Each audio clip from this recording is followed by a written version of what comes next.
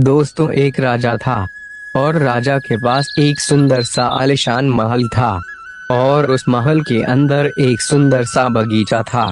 उस बगीचे के भीतर एक खूबसूरत सा अंगूर का पेड़ था।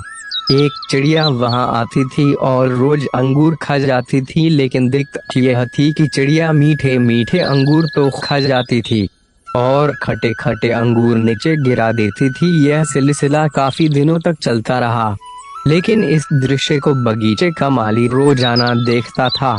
उसने उस चिड़िया को सबक सीखने के काफी प्रयास भी किए, लेकिन वे हर प्रयास में विफल रहा, क्योंकि चिड़िया बहुत ही ज्यादा समझदार थी। आखिरकार चिड़िया से परेशान होकर बगीचे का माली राजा के पास गया और राजा को बोला, महामहिम, एक निवेदन है। हमारे बगीचे में जो अंगूर की बेल लगी है उसे खतरा है। राजा ने कहा, ठीक है, इस काम को मैं स्वयं करूंगा।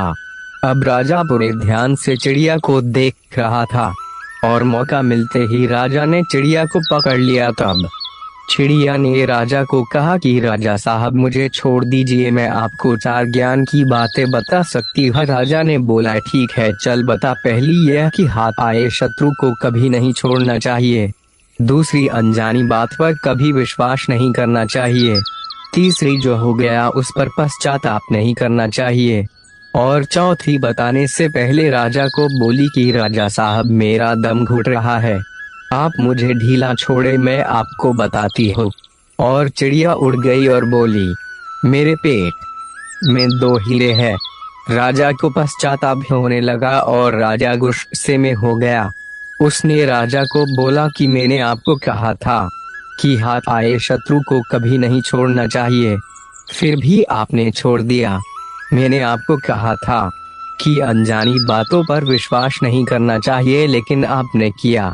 कि मेरे पेट में 2 हीरे हैं, जो कि संभव ही नहीं है, और जो हुआ उस पर ज्यादा नहीं सोचना चाहिए, लेकिन आप फिर भी सोच रहे हो। आखिरकार राजा को ज्ञान की 4 बातें समझ में आई। अगर आप हमारे चैनल पर पहली बार आए हैं तो कृपया हमारे चैनल को सब्सक्राइब करें, लाइक करें, सपोर्ट करें। धन्यवाद।